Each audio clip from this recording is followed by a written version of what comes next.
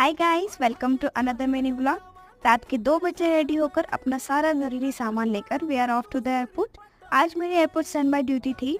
Stand by का मतलब है कि हम रेडी रहते हैं, अगर कोई फ्लाइट क्रू लास्ट मोमेंट पर अनअवेलेबल हो तो उनके बदले हमें बुलाया जा सकता है। मेरी दोस्त भी आज एयरपोर्ट स्टैंड बाय ड्यूटी पर थी। मिल के थोड़ा चिल किए, अपने ड्यूटी आवर्स कंप्लीट किए। बट गेस व्हाट, हम दोनों ही पुल आउट नहीं हुए। So back home now, better luck next time. Airport stand bye कभी कभी रिलैक्सिंग भी होता है, कभी कभी आपको तुरंत एक्शन में भी जाना पड़ सकता है।